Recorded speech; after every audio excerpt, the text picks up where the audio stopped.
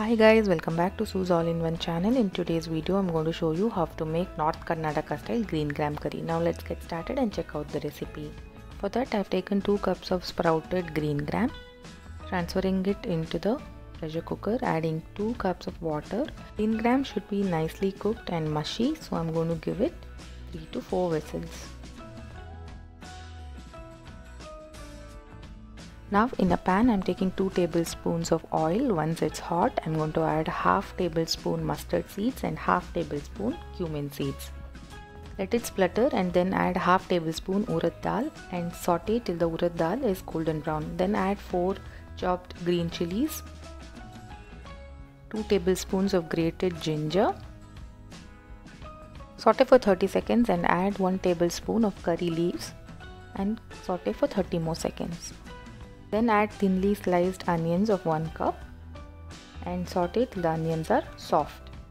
Once the onions are soft, add 1 cup of chopped tomatoes. Add a little salt at this stage and half teaspoon turmeric and continue to saute till the tomatoes get mushy. Then add the boiled green gram and give it a nice mix.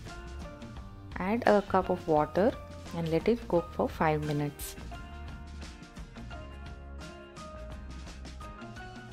Now I'm adding half tablespoon cumin powder, half tablespoon coriander powder, half teaspoon chili powder and 1 teaspoon garam masala. Give it a nice mix and let it cook for 2 more minutes. In the end, I'm adding 1 tablespoon of freshly grated coconut and 1 tablespoon of coriander. Curry is ready to be served. It can be served with roti, chapati or even dosa.